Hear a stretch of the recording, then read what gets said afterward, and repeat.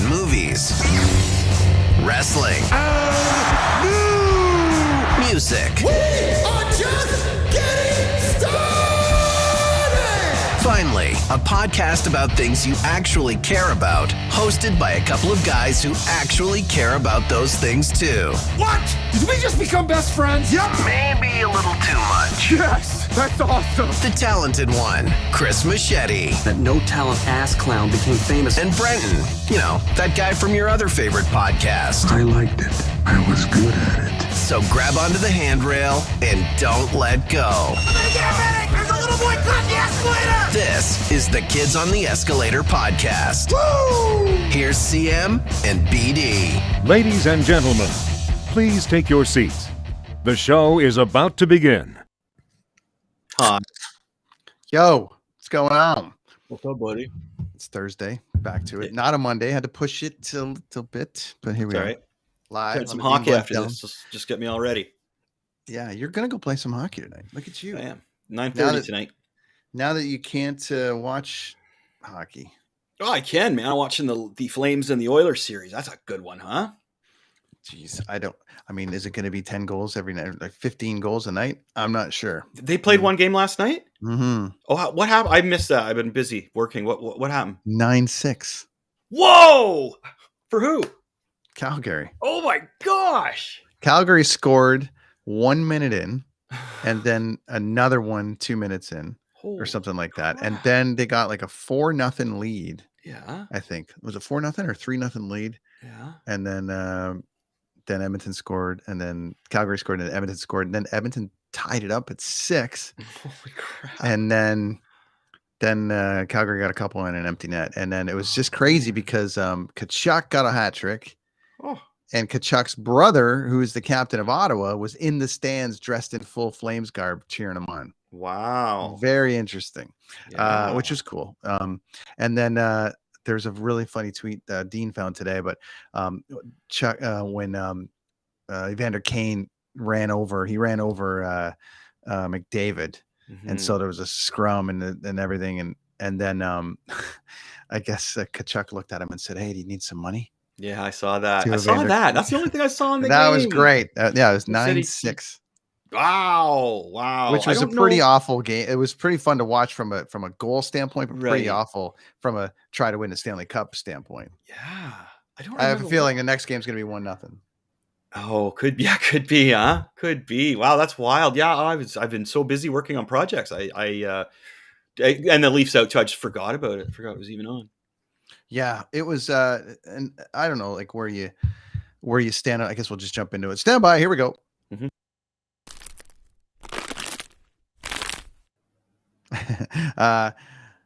Then who do you like? Who do you got? I mean, moving. Well, I think the forward, Avalanche is going to win it all. they're pretty. I'm with you. I had them, and what did I have? At the beginning of the season, we'd have to go back. I think I had them and the Islanders, or them in Florida. Right. So we're getting pretty close. Yeah, I think it's going to be that. I think the Lightning's going to pull it off again.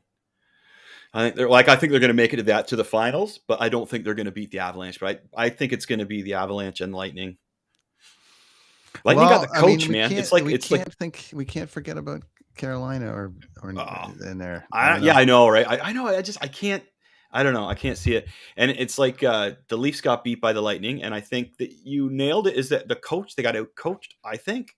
And I don't see very many people saying that, which is weird. Like, I just think overall you were right. They got out coached, and when you listen to that gentleman talk, they got outclassed as well, because he's a much more classy individual than anybody who speaks for the Leafs with a suit on. You know what I mean? Yeah. I'm not going to point out anybody in particular, but man, he's got so much more class. And I was talking to my neighbor about it too, because I brought up your point, because I agree with you, is that they are outcoached. And I said to my neighbor, I told him what I thought about that, and he's like, "Yeah," he said, he's kind of a dick, but then he gets right on the edge of it. But then he's like, "No, he's just confident. He's one of those guys, right?" And then to top it off, you want to have a beer with him, like you want to sit down and hear him talk some more. But you know how you talk to some people and they're just like cocky, or like Tortorella is just like where this guy's more like calm in his approach, and right when you think he's getting a little too arrogant, he reels it in, and it's more confidence. Well, he said about what we talked about last week, where he was like, they lost that one game, and everyone was kind of like, "What are you gonna do?" And he's like, listen, we scored 6 goals on the guy. Yeah. We're not worried. No. Like, you know what I mean? And people are like, what an asshole. It's like, listen, Not. the guy won 2 in a row, plus the couple of playoff exits prior to that. I mean, it's what we talked about a couple weeks ago. Mm-hmm. The stat was awful. The fact that they've never lost back-to-back. Vasilevsky's never lost back-to-back, let alone give up a goal. When you finally gave up a goal in game 7, I was like, oh, here we go. But then everyone's freaking out and they're going, the thing that's driving me crazy is the Bettman in the league are out are against all Canadian teams and Toronto to win the cup. And I'm like, are we still on this? Are we still, speaking of conspiracy theories, are we still on this? The league is against Toronto. Sure, there was clutching and grabbing and blah, blah, blah. Yeah. But listen, bottom line, score goals and don't make it go to game 7. That's it. Yeah. It's as simple as that. It's like it got to game 7. So it's anyone's game. Like, Jesus Christ. It drives me nuts. Well, the coach there for the Leafs made it so Justin Holl can't show his face in Toronto ever again. Yeah. That guy's going to get killed. And the only reason he kept putting him back in the game, it was a personal vendetta against that reporter after that, which was ridiculous. Now, the other thing, too, that I was talking about with my neighbor here, it's so tough with refs, though. Like, I'm not blaming the game on the refs, but that Stamkos was and Bieska picked this up. Stamkos was standing behind the ref yelling at him on that whole call. Mm-hmm. Do you think? And we're all human, man. If there's no way you can take the human element out of a ref. Until you do that, no game is going to be fair. No game across the whole NHL is going to be. You can't use that until, you know what I mean? Unless you want to break every call down to a review, have a game last 4 hours. You know what I mean? Referees are human. There's that human side to them. And everybody's going to get different moments. There's going to be clutching that's not going to get called. You're going to miss a cross check, and yes, they're going to pick up that one call. It all evens out. I think it all evens out. Everybody, you can't. It's not an even playing field, but it does even out because you know what I mean. Like generally, when the refs make a bad call, they try and make up for it. Now that one call there against Holl, Holl didn't have to do that. Tavares had it. He was on fire. He was going to score. He had it. Holl did not have to do that. If Holl wasn't on the ice to begin with, maybe we're not even having this discussion. I don't know what the problem was with Lindgren. Again, I don't like it when coaches make it a personal vendetta as well. Now, I also know that Mitch Marner spoke up on TV saying, well, I don't know why everybody's getting mad at Justin Holl, blah, blah, blah. What he again left out is that him and his wife are my best friends with me and my wife, and we take photos together and we love each other. So what? There's nothing to do with the game, Mitch. Like, obviously, you don't know what a good defenseman is. It drives me. It's when I see any sports, baseball, football, anything. When people go, man, that blown call in the first quarter. It's like, guys. It should never have gotten to a game 7. No, it shouldn't have. It should. Like, that goes back to coaching, and that goes back to coaching decisions. What was that game where he blew it by putting out the first line? He started the game with and they hemmed him in there, and then scored, and that was and then the coach doesn't take responsibility in the interview. He sits there like this. I did that. He's not a good player. My bum ass up. Like, you know what I mean? Like no class at all. You want to hear a good interview? Listen to Sudbury. That guy. Oh, he's great. He's super old guy, but he's like, well, it's not really the Battle of Alberta, is it? It's just 2 teams playing hockey. Like, or he's like, what do you how do you explain your 9-goal performance? He's like, well, I said, in order to win this game, we got to score between 7 and 10 goals a night. So they did it. That's funny, dude. But he'll also call it Johnny Gaudreau. He'll also be like, Gaudreau wasn't good enough. That's it. And he just says it like that. He's not a dick about it. Yeah. So here's an interesting fact about him as a coach. Back when he was coaching LA, and they were I remember this in the Stanley Cup final game. It was the final round. They were playing some team, and the goalie was a rookie goalie. And everybody was talking about this rookie goalie, and they got Sutter in there, and they're talking to him, and he says, "Yeah, he is really good. A lot of pressure in this series. I wonder if he can handle it." Has he ever been in a situation? Oh, no, he hasn't because he's a rookie. That's right. He's Yeah, I a wonder rookie. how he's going to handle all this. Just so calm, classy. It was almost like he was just talking to somebody going, wow, Yeah. he is good. But, even though I'm the coach, can he realistically keep this up? What a great guy. Again, though, you nailed it on this one, buddy. Good job. Coaching. I think it lies on the coach. I really do. Yeah, because listen, bottom line, like, despite all the first round failures and all the rest of it, I mean, they went to game 7 with the Stanley Cup champs. And despite the fact that they were missing, the Stanley Cup champs were missing a handful of people, it was like,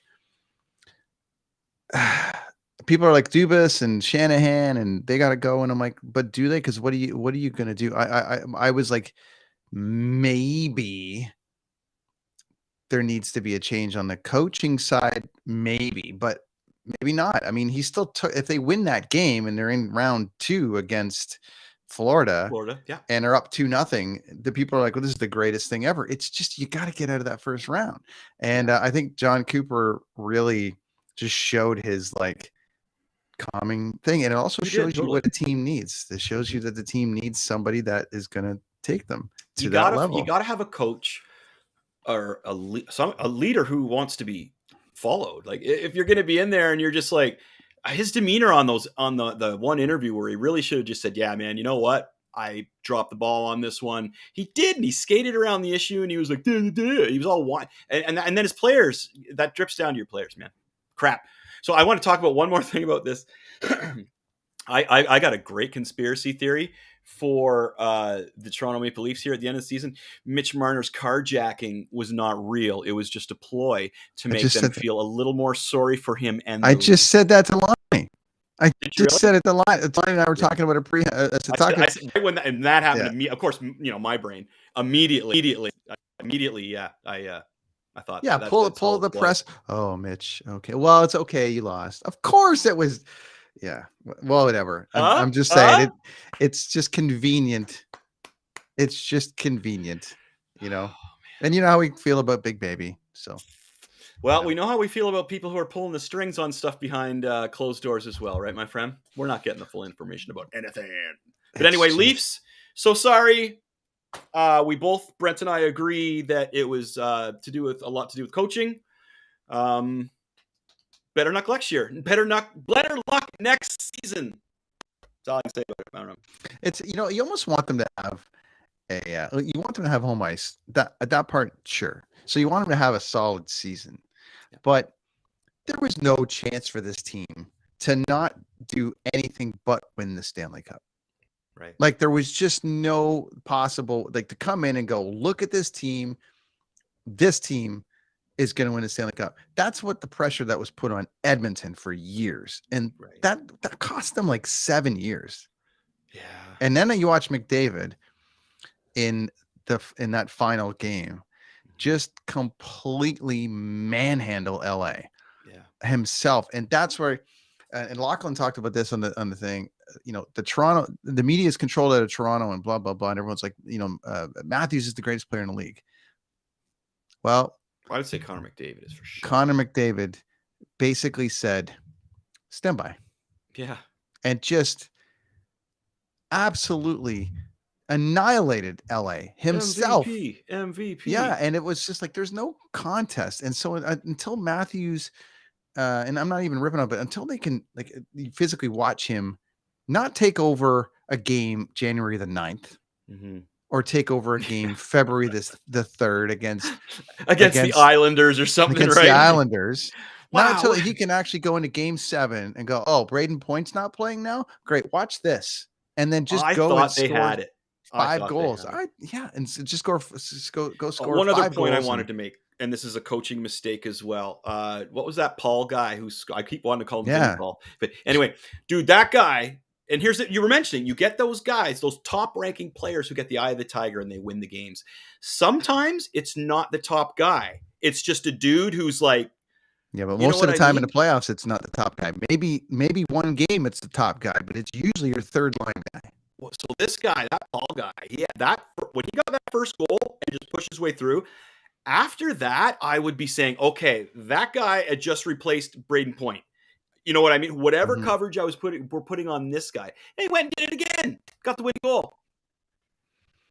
How come I see this and the coach doesn't? This is when I start to think, what the F, man? What the it's back. I remember there was another playoff game when the coach kept putting in that one defenseman. Was it Gardner? Maybe, yeah. What was his? Yeah. Was it Gardner?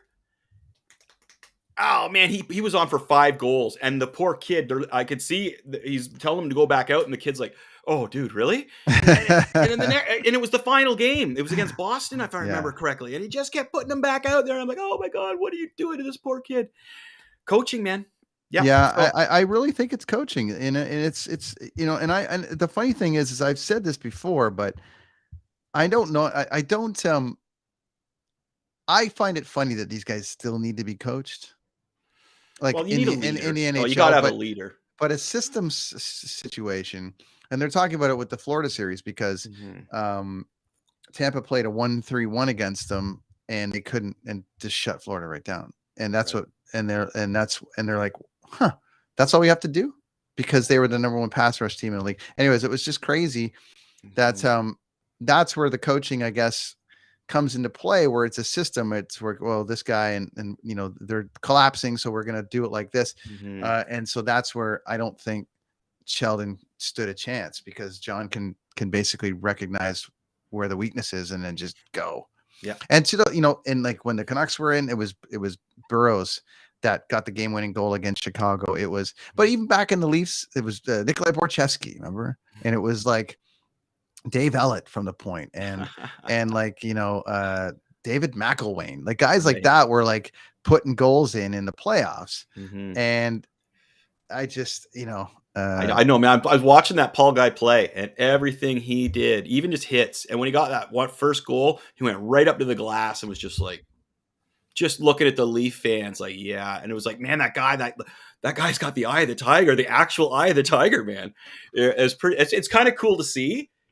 Like, I see a human being like work at who's not always, not a $10 million player, but going to his height of his expectations and beyond. That was pretty cool to see, man. He just pushed his way right through twice. Like, I'm amazed at stuff, because, like, as I said, 9-6 in that Edmonton Calgary. Yes. I can't. I mean, let's go. Both goalies shit the bed. If both goalies shit the bed here on in, then we're going to have 8-7 games, 6-5 games. But Markstrom's great, and Smith played great. Maybe they just left it all on the table in that first round. It happens, and so now they're going to have to like do this thing, because it's just something to watch. Because our junior game, like last week, we saw the Giants, which are the WHL, and they played Kamloops, and they were down 2-0. And I watched these young kids, and like six guys on between 2 drafted to the NHL. Wow. And you're just watching them, like, wow, geez, wow, look at that. like they just take over games, and they just do it. And I just I don't know, man. I just I never saw anybody take over that game at Game 7. Right. It's the same disappointment I had when Vancouver lost in Game 7. I'm like, how do you not get up for a Game 7? Yeah. How do you lose 4-0 in a Game 7? Or how do you lose? How do you just not get up? I don't know. It's just collapse. Leave it on the opposite. They collapse. Some teams leave it on the table. Pressure. Yeah, leave it on the table. Go out there and give up. Fucking score. So I don't know. I mean, I thought their life lesson was when they lost to Boston years ago, giving up those goals, and I thought, okay, they've all learned, and here we go. Everybody thought it was Anderson, right? Oh, it was Anderson, man. Let's get rid of him. But here we go. We're back to it. So, what kind of tweaks need to be made? I don't know. I'll bet you any money, though, that if Tampa Bay gets eliminated, you're going to see Corey Perry end up in Toronto. Because Corey Perry keeps picking teams that are very, very close to the Stanley Cup. Like, he's been in the Stanley Cup final like 3 years in a row and never won. Or hadn't won. He was with the Dallas. He didn't win. He got it back in Anaheim way back in the day. Way back. But just funny right now, every team he picks makes the final, but he hasn't won with that team that he's picked in the last 4 years. Yeah. So we got Corey Perry from Peterborough, Ontario. So maybe Corey Perry will end up in Toronto if Tampa is out. But then they got to make room they got to kick Spezza off to make room for him. So I don't know. Right. Well, I think Spezza might. I'd be pretty funny if Spezza just put one more year in out in Ottawa and then retired. I don't know. Spezza should coach the team. Get him there as You a know, coach instead. Ottawa's as bad and shitty of a team that they had this year. They actually finished pretty strong, so I wouldn't be Well, see, surprised. there's something to be said also about keeping the same guys together. You know what I mean? Like, do the Leafs really need to be tore apart? Do they really need that, or do they just need like maybe like a Well, clearly not. They scored a shit ton of Well, goals that's what I'm this year. saying. Like, and plus, I always hate it when they tear things apart for no apparent reason, just because something didn't work. Let's just throw this guy's cheap. This guy's cheap. Like, there's something to be said about keeping a group together and getting that bond. And if it's close to the same guys next year, then they've got that same like, oh fuck this man. Remember that last year? I do. Yeah, I remember we went for dinner. Fuck these guys. You know what I mean? Like maybe they can get some camaraderie going. I don't know. You know who they're missing? What's that? Van Riemsdyk. Van Riemsdyk. Van Riemsdyk. That guy, yeah, James Van. He scored more goals in a Toronto uniform in his time when he was in Toronto than any other team, any other player. In the playoffs? No, the playoffs. He's a playoff. He's a playoff guy, but they never really were in the playoffs when he was on. No, but I think he did great when he was with the Leafs, but I think when they traded him, he was basically, I don't think he was doing much after that. It's just an interesting. Mark was a big fan of him too. He's great in front of the net and stuff, but I think when the Leafs let him go, it was about time because he hasn't done anything since. You don't hear more about his brother on defense there, right? Yeah, and apparently KOTE Ceci is like number one pairing in Edmonton right now. Yeah. Wow. And you've got what's his nuts that went there from Toronto as well. Had a really good game. Oh yeah, I never liked him. Night. I know who you're talking about. They got him from the Avalanche for Kadri. So there's some like, I don't know what needs to be done too. I love O'Reilly.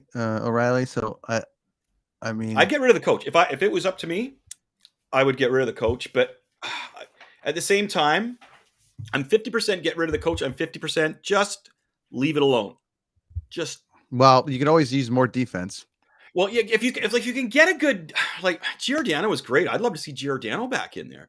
The only thing they got to get rid of Mrazek. They just give him away. But if they could maybe take, say, one of their defensemen who's pretty good.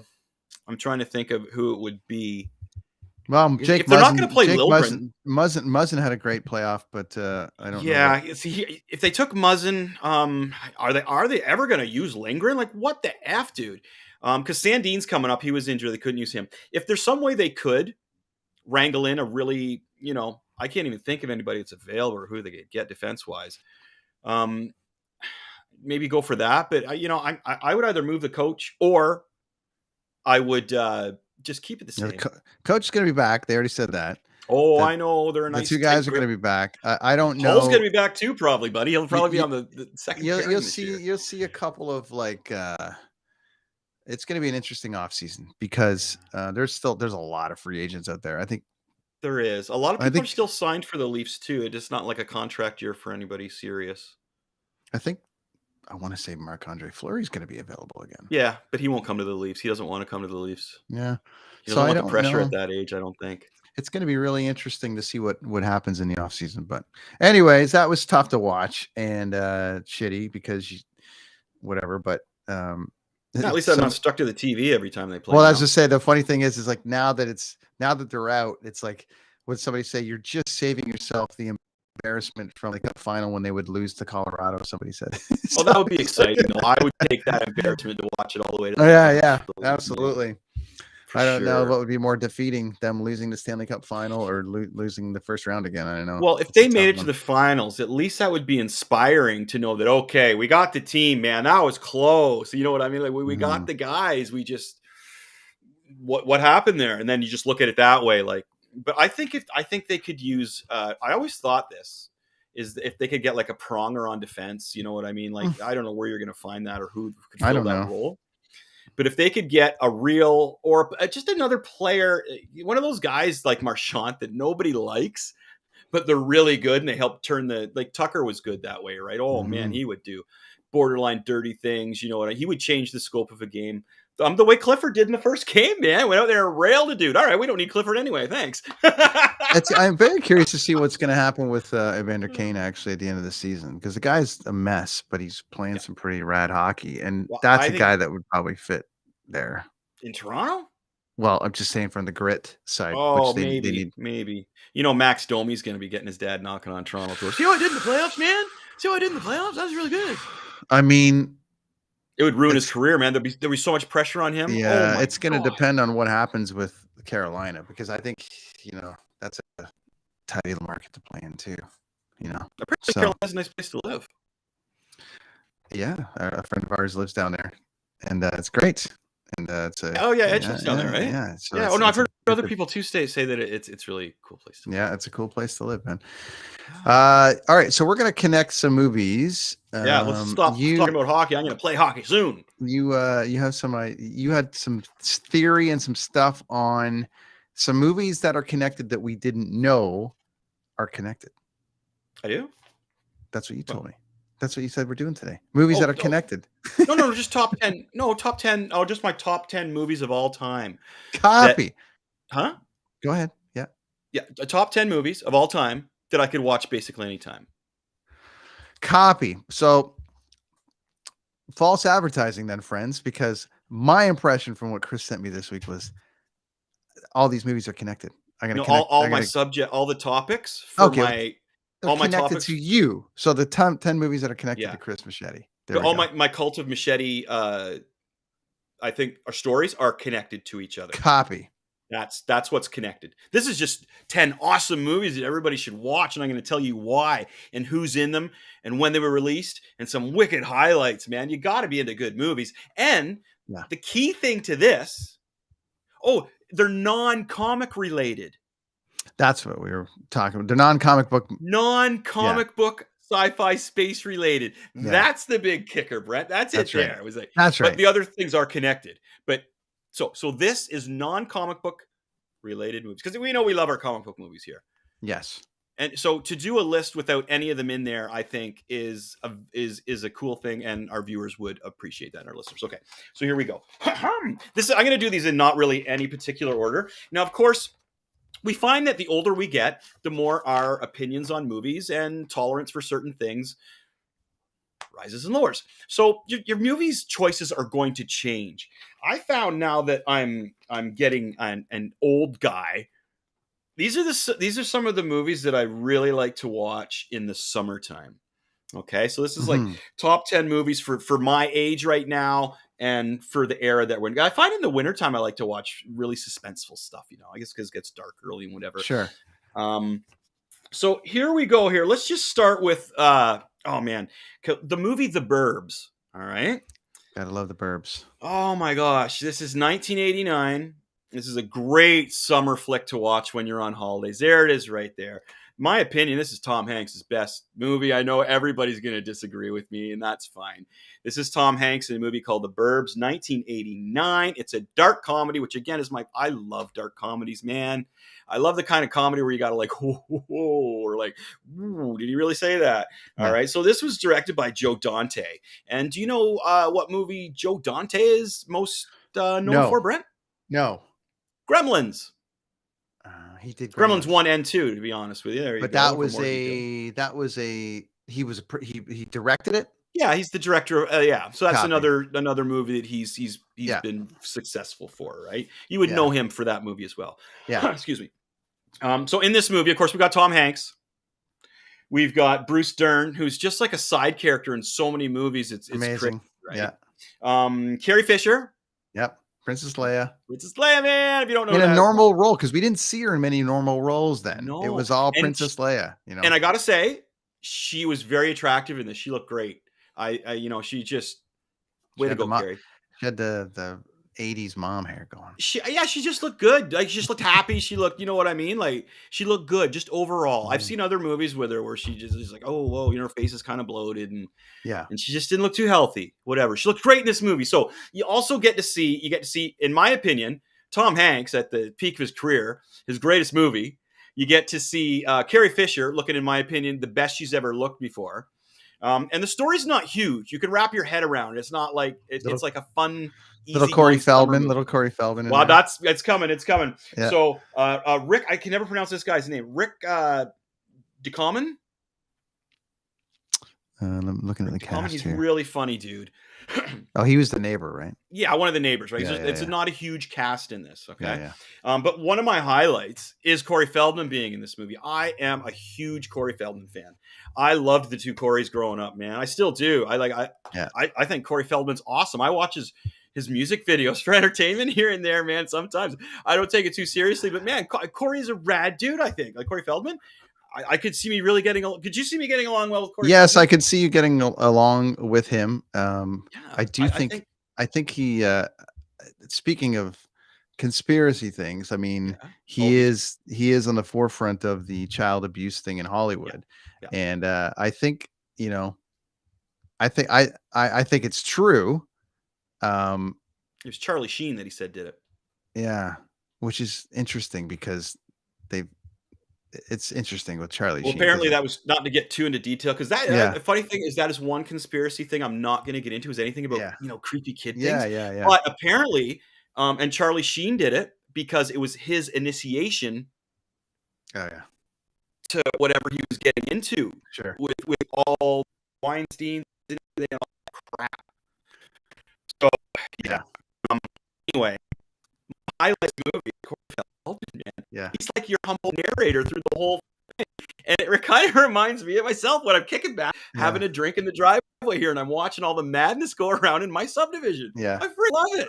It's like, and there's Carl down the street with the new car. His wife's kind of crazy. Yeah. Oh, and his wife just left, and who's that showing up now? Oh, I've seen her before. Oh, wait, she lives one street over. Oh, his wife's coming home now. This should be interesting. That guy gets. I just love stuff like the dishes a lot, but it's the same driver. It's great. I tell you one thing too, and I know my mom and dad are watching. Is with my dad out front, he's not quiet about it. What's that guy doing over there? It's like, let's just watch and find out. No, look, he's got something that can take something out of his trunk. What's he got there? Everybody can hear him, right? I guess he doesn't realize. When we were stuck at home for COVID, like really at home there, that summer of 2020, and you're on your front porch, you're hanging out, and we're doing like. What's that going? I used to mess with Leah, be like, "Hey, look!" And she come, "What? Like, look at that!" It's like just a neighbor walking down the street. What's he doing? What's he doing? What's that guy doing?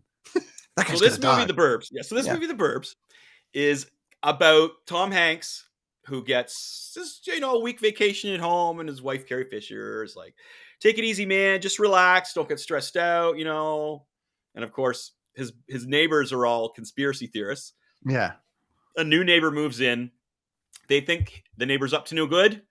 Hilarity ensues. It's just it's awesome. Yeah, it's great. If you haven't seen The Burbs by now, people, I mean, what? Well, it's a lesser known one, right? You know what? It's a lesser known. It definitely wouldn't be on anybody else's top 3 Tom Hanks movies. You know what I mean? You'd be surprised, but yes, I'm with you. I thoroughly enjoyed it. I love it. It's Great. Not on. It's actually. It is. It's on Netflix. I've got it recorded on my DVR. Nice. Because it was on one of those movie channels, and I was like, "Oh, I got to record this for the kids." Yeah. So so that's The Burbs, and that was 1989. That movie came out with. That's one of the ones that I watch every summer. I just watched it the other day, spring, summer. Yeah. Excuse me. I love that movie. Okay, now another one along the same. Now this is this one. Oh man, that's another one that just. This movie gives me the feels, summer feels, but in a different way. And I was hanging around. We were both living in the Port Perry area. This gives me the vibes for it when I was working at Scugog Island Marina. And it was the worst job I ever had in my life, but I had the best times of my life at night. And we all had crappy jobs, I think, at that time. Me, you, and Dent, we were playing in a band, Mr. Machete. Yeah. And I would go to this place, this marina. And I would put on a jumpsuit and I would duct tape it around me and these goggles, and only thing hanging out was my nose. And I got these burn marks all down my nose from being on my back and the acid from the water I was using, getting the barnacles off the bottom of boats. Yeah. And I'd spend my days doing that. I remember that. And then we would go out until like 3:00 in the morning, man. I would go into work there. And I worked with a gentleman, Scott Jeffries. He passed away, unfortunately, from cancer. I'd show up to work and he'd kind of be my partner I would work with, and he'd be like, "Oh dude, man, the booze on your breath is just like, wow. Like, did you just have a drink for breakfast?" It's like, no. Like, okay, Trader Sam's. Like, yeah. Well, it was like, and then I'd look at my watch. I'd be like, no, it was like 2.5 hours ago. I was like, oh, okay. So that era of my life, man, I had a lot of fun. I had so much fun. It was the best of times. It was the blurst of times, right? Yes. This movie is called Adventureland. This movie was released in 2009. There it is there, man. Filled with stars. This is crazy how many stars are in this movie, man. Now, it's supposed to be 1987. Again, the 80s, right? Oh my gosh. So everybody's loving the 80s. Even now, like the more our decades are just becoming like whatever, man, the 80s and 90s are becoming good. So anyway, this was supposed to be the era of the 80s, 1987. Wow, this is great. So this was written by Greg Mola, directed by, and he did Superbad. Directed by great. Greg Mohala, and he did Superbad as well. So you would know him from Superbad as well. All right, and he it says right there, directed for Superbad. Yeah. And Apatow just did a thing where he was trying to get Jonah and those guys back together. Oh, right. For another Superbad, and like maybe when they're in a nursing home. Yeah, right. But he's this is gold. Yeah. So Bill Hader, I think, wrote this one as well. Here, check out the cast in this. This is great. So you got Jesse Eisenberg, right? You got Kristen Stewart right there. Yep. You got Ryan Reynolds, Kristen Wiig, Bill Hader. And then, Martin Starr. Oh man, he's great. All these guys from back in his old Freaks and Geeks days, right? We're just missing like Seth Rogen. Now the soundtrack to this is, oh man, it's mint. It's like that new punk that was coming out, basically like some older Lou Reed stuff. There was some sweet David Bowie 80s, and then like The Cure, The Replacements, that Outfield song, I don't want to lose your love tonight. Just the soundtrack in itself, I will just put on. It's mint. It's just mint. Now, this story is about a guy, Jesse Eisenberg. Forget the name of his character, but not important. So he his parents end up losing their money, so they can't send him away to college. So he wasn't prepared for this. He thought that was his gift, his birthday gift. So he has to take a job. Well, he wants to be a writer. So what kind of a job is a writer going to get? Especially when he didn't think he was supposed to get one. Yeah. So, he's going to look for, his experience is like cutting grass for his neighbors and stuff like that, right? So he's trying to get a job in a factory, even right down to like, busking tables, but he's got no experience. So he goes to the local carnival, Adventureland. And again, the feels in this movie. Now, guys and girls, it has the best way to pick up somebody you're interested in this movie. I'm going to point this out. There's a scene where the two lead characters, Jesse Eisenberg and Kristen Stewart, are driving home. Kristen Stewart is giving Jesse Eisenberg a ride home. Kristen Stewart puts in a tape, cranks it up. Great song. I can't remember the name. I was like, anyway. Jesse Eisenberg looks over at her. She smiles, nods. He likes the song. No words being said. Reaches over, turns it up even louder, smiles at her, and they can keep no word said. Wow. Done. Dude, that's mint. That's like because how many times like what's the average dating cycle now? 3 weeks. You meet them, and then it's all done by let's talk to Allie from our network and how many boyfriends she's had in the last 5 months of like 2 weeks. Well, just like keeps getting. I don't know. I don't know. Yeah, I don't know why these guys are such assholes. It's just pretty funny to watch her Twitter, like, and have her melt down. Why and it's just, but it's like, no. But I think the thing would be is that if she was in a car with somebody and they put they put a cassette tape in. No, she puts the cassette in.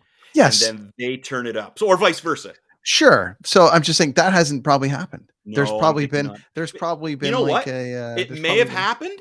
Yeah. But just didn't pay attention, didn't acknowledge it, right? Yeah. So it's so So this movie is great for people who like a good summer love story, but party and dirty. Brandon's got a boner. Dude, it's so Dick and good. Fart jokes. Adventureland. Yeah, but they're kind of, and Jesse Eisenberg's character is a very smart guy. He plays that guy. So it's good to see the hero be he's cookie. What the hell? My life sucks. Just great. You know what he's turning out to be? He's gonna end up being Alan? No, he's turning into like a new Jason Bateman because he's kind of playing the same guy. Bateman's like, I've found my character, and that's all I'm gonna play for the rest. Like you never see Bateman playing like he's not. Even when he was in there was like that super serious, I think called Kingdom or something. There was a super serious movie about the Iraq War, and he was like, taken, or the Taliban took him and we're going to cut his head off and everything. Even then, he was still Jason Bateman. Like, oh, you're going to do that? That's not good. I don't like that. Kid from Silver Spoons. Yeah, but he's in the Ozark. I don't think you've watched it yet. Like incredible series, and it's him. And Eisenberg is like that because he's the same guy in Zombieland. He's the same guy in this. He's the same. He's kind of, even when he was playing Lex Luthor, he was kind of like, yeah. You know why that? You know, he doesn't watch his own movies, dude. How can you learn to get better at something if you don't review what you've done? Mm-hmm. I don't understand that. I guess it works for some people. A lot of guys don't. Do you listen back? Check this out. Here's a good point. Confidence, right? Here's a good point. Here's a point for you. Wow, do you listen back to your podcasts? I don't like the sound of my voice. Right, but I don't. I know that I don't need to get. But I'm just being myself. I don't need to. I know I don't need to get better at being myself. Right? Like if people don't like what I'm doing, then a lot of actors don't watch their own shit. Right. They just don't.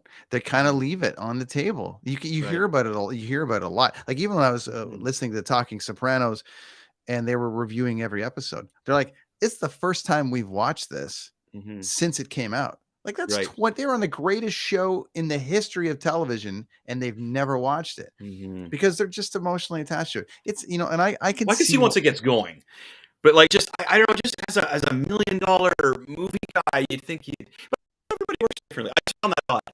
Let me ask you this then. Let me ask you this. Let me give you an example. So when I go to a concert now, as a regular person at a concert, I go and try to just be in the crowd and normal, but I'm constantly going, oh, what did they put in the air for rigging? What did they use for lighting? What did they do for this? What did they do for that? And I'm just never off at a concert, even though I try, which is why I don't want to be involved in movies at all, because I don't want that magic to go away. Whereas someone comes and watches what I do, spend a day with me at a concert, and they're just amazed at how it gets put together. That part's gone now. It's all just logistics. You, comic books, you write yours. You know where your zone is.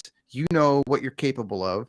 You know how to write a story. You know the whole thing. When you go to a Comic Con, you are not just a patron going like me and Alex and Samantha. You are a comic book artist. So your perspective at that Comic Con is just a little bit different than mine. Right? You just have a different, I know what that guy's doing. Oh, that style that he drew, that's amazing. That's like this artist. I don't know that stuff. You know that stuff. An actor goes in and goes, I left everything on the table.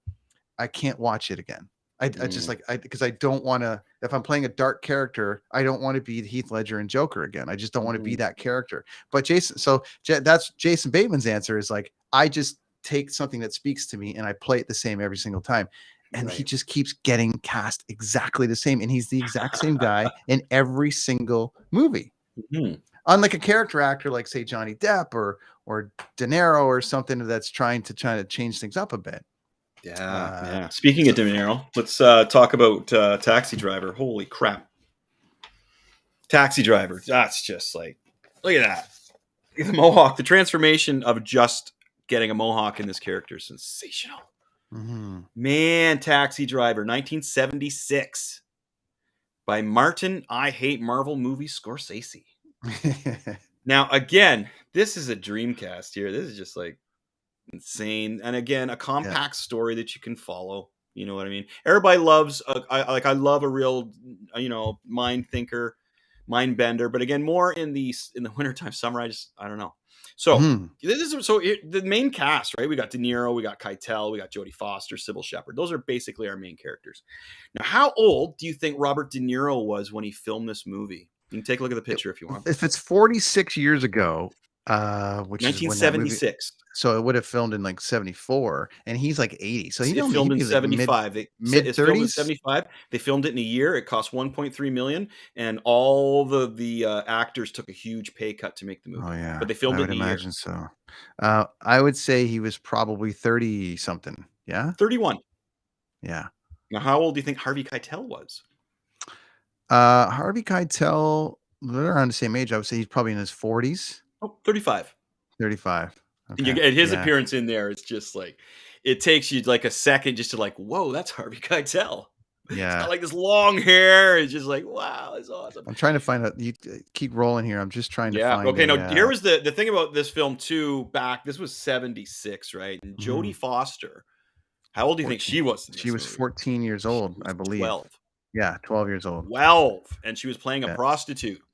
Yeah. So that didn't go over too well. And of course, she dressed like a prostitute as well. So although that was going against the film, it blockbustered. It did so well, really, really well. Whereas The Burbs did not do well, and was Adventureland did not do well either. Did not do it well either. This movie did though. This movie did sensational. It's a cult favorite now. Some of the highlights from this, man, or one of the highlights I find is just the transformation of the character Bickle there. When instead of a huge costume change and everything, he shaves a mohawk into his noggin there, and even like some of the other people don't recognize him from before. You know, puts on a different coat, shaves a mohawk in his head. And that's actually a transformation in him, which is cool. It's there he is there. He really wants to date Sybil Shepherd, there's character, right? He ends up taking her to a porno movie on a date. Yeah, right. And she's all uncomfortable. Oh, yeah. And then that's it. And from that point on, it really sets him over the edge because he feels even more, separated from society. It's a very claustrophobic feeling movie, and just amazing. De Niro is fantastic in this. This is probably my favorite De Niro movie. He was on fire, man. He came out of Raging Bull into that. Great movie. Great movie.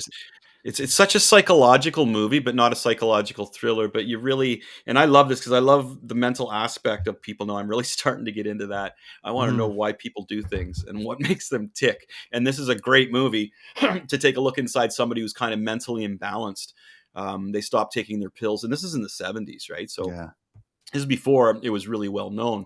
And Scorsese does a great job of showing the mental breakdown of a person. Again, not a huge story. It's easy to follow. It's very claustrophobic feeling, but I love it. And one of my favorite, another hidden gem highlight in this is just the 70s scenery. The original, just panning down the street of the 70s. I'm really into that now. Well, there's two things. I'm into that, watching that like from them, because you just filmed as per the scene. But what I dig now is when they make an attempt to go back and film and make things look like the 70s, and they're able to pull that off. Like with Godfather 2, like they had to go and recreate that whole, like they had to redo the 30s and you just felt like you were there. And it's such an old part of New York that they were able to just do it. So Taxi Driver had that sort of like, I love the idea, even though it would have been awful, but that New York between like 69 and 87 would have been like, you saw it in all the movies, like stick them up, and like, guys getting robbed and cops making $18,000 a year. Yeah. And like guys taking, I just watched American Gangster the other night again, and I was like, look at all these guys on the take, and it's a true story. Every cop is on the take because it's like they got to make more money. That's the way it was going with the mob one, and that all. You got that car in the background. You got the old Nova in the background there. See, that's like, again, I think that's the hidden gem, the highlight of this movie is just the scenery. Yeah. It's beautiful, and plus Scorsese's in a scene, 2 scenes, so you can pick them out if you can find him in there. One's a fairly long one, well, not long enough for him talking, but the other one's a quick one. And how about Sybil Shepherd? Like, geez, I don't think anyone realized, because she was. Oh, she's very pretty back then. After this, she went to like moonlighting and stuff, but gosh, she was gorgeous back. I saw a movie. Oh man, and there was a girl in it, and I didn't know she was ever really Renee Zellweger, I think it was. Yeah, wow, back in the day, holy cow! Jerry Maguire, she was a knockout. Before that, there was a movie I was watching. Oh, you know what? It's funny. She was in the Texas Chainsaw Massacre remake with Matthew McConaughey. Oh wow. Okay. And it was like they did a remake of the text like back in the 90s, I would say, or early 2000s. They did it, and that was one of her first movies. She was in that. She was gorgeous too. She's wow. And Lily Tomlin too, or not Lily Tomlin. What's the girl that played Wendy in The Shining? Oh, Lily Collins. Lily Collins? Or Collins. Collins. Her last name is Collins, I believe. Shelley Duvall. Well, Shelley Duvall, because she ended up being what's her name in Popeye. Yeah. She was really attractive too. Before Kubrick got a hold of her. Poor lady. Anyway, so we only got 10 minutes left here because as I mentioned, I got to go to hockey. So do we want to do any more movies, or do we want to talk about? Well, you can wrap up. Okay, well, let's leave those two right now, and then I'll come up with one. I'll come up with a couple for next week, and then we'll just list them all. We can continue. I only got halfway through the list. Yeah, we'll continue to list them on Twitter. Our favorite movies. You guys can weigh in and all the rest of it. But first, Chris is launching a brand new show, and we got an intro, and you get to watch it. And here you go.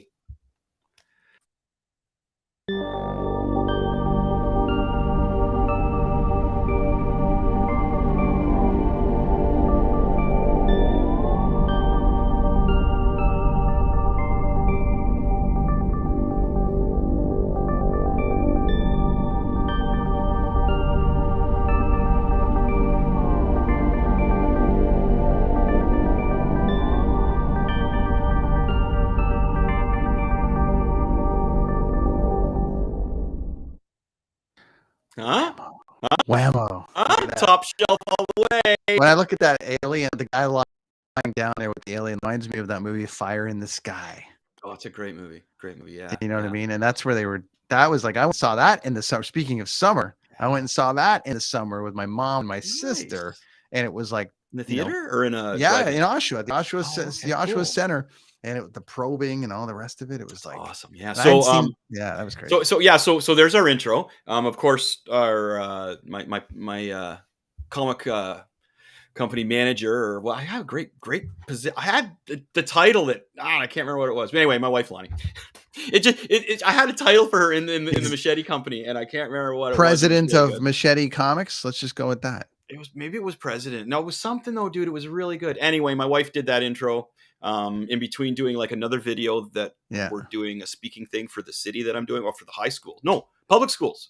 I did this whole video that she's editing for the public schools all over Kingston, man. It's the beginning of a whole thing. I'm going to help with kids. Because another thing I just want to mention real quickly is I did finished off my workshop in town here in Kingston with a whole bunch of kids. And I just have to impress upon the point that the kids are the future. These kids are going to be looking after you people. See, Brent, I'm not pointing at Brent because Brent understands this. Now, I don't understand a lot of times. The kids talk to me about teachers and other kids and stuff and parents, and I just don't understand, why some adults don't just take 5 minutes to just point their kids in the right direction of what's right and wrong. If I had $1 for every time I had a kid that I taught that was just confused about what was right and what was wrong, and to me was a simple, no, that's wrong. Right. You know what I mean? If I had $1 for every time I've had to answer a question like that to a kid, I would be rich.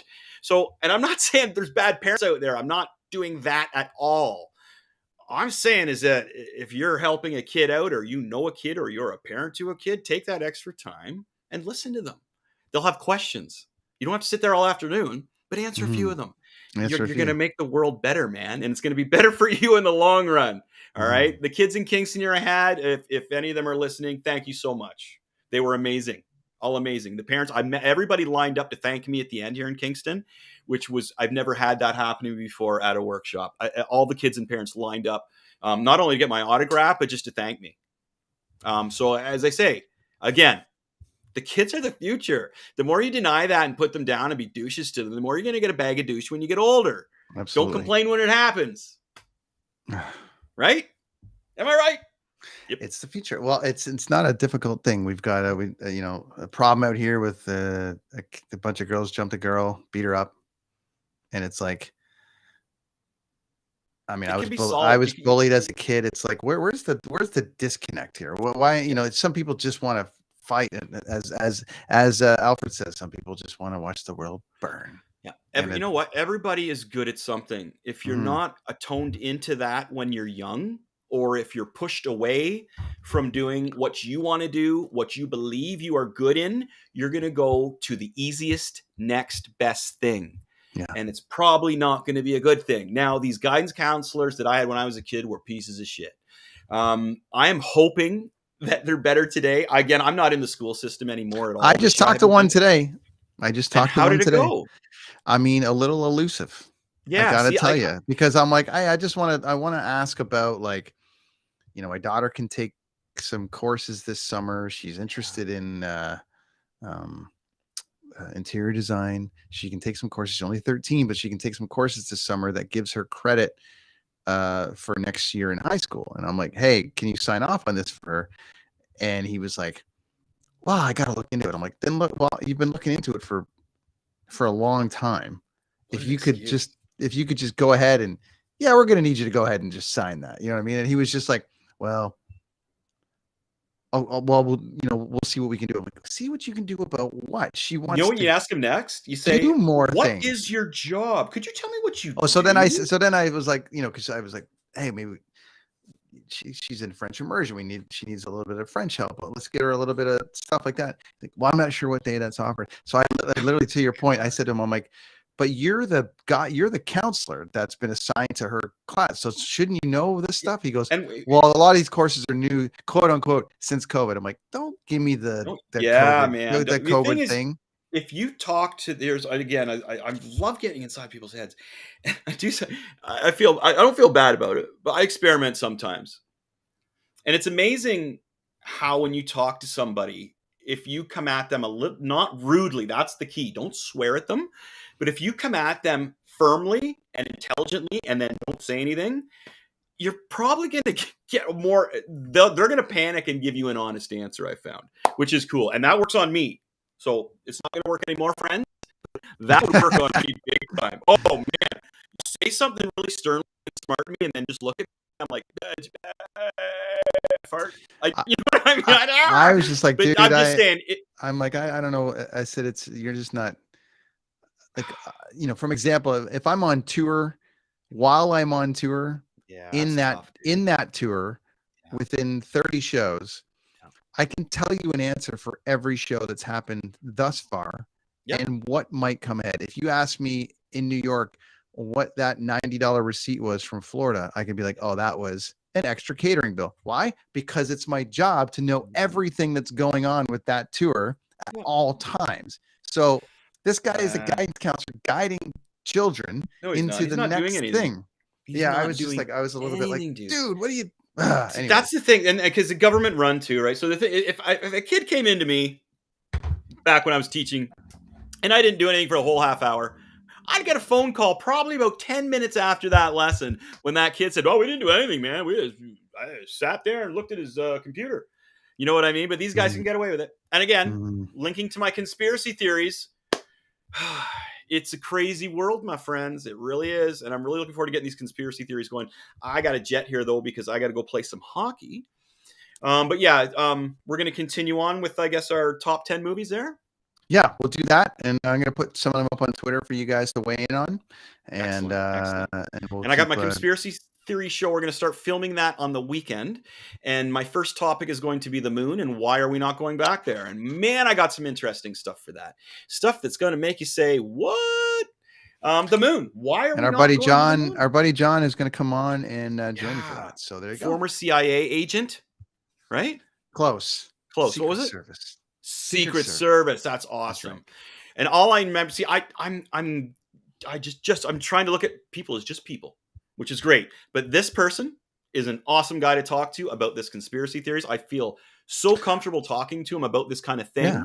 He's very intelligent about it, and he's taught me things without trying to. Like, I listened to what he's like, taking a conspiracy theory and breaking it down, because it's so hard to just take a big, like the JFK assassination. Okay, well, what part of it? Holy crap, man. So I've learned a lot just from listening to him talk. Great guy. Yeah. And I'm honored. Well, people are just people unless those people have done things, in which case and they have a little bit of knowledge, then they're a little bit different than other people. Yeah, in a good way. In a good Yeah. way. The same way I would interview you about comic books. You're Mhm. different than the guy that Well, changes yeah, but I mean, tires just down the street. as a whole, we're all here Yeah. on the planet, man. We're all Yep. just people. We're all But just are people. but are we? But are we? Dun dun Dun, dun. dun. Right. Good times. Rad dudes. Thanks, everybody. See you next week. Okay, game on.